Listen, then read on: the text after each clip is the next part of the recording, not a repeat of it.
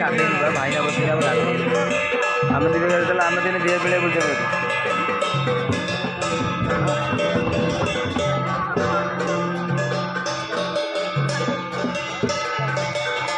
lucky ଭଲ ଫୋନ୍ଟା କିଣିଲେ ଜାଣିଲେ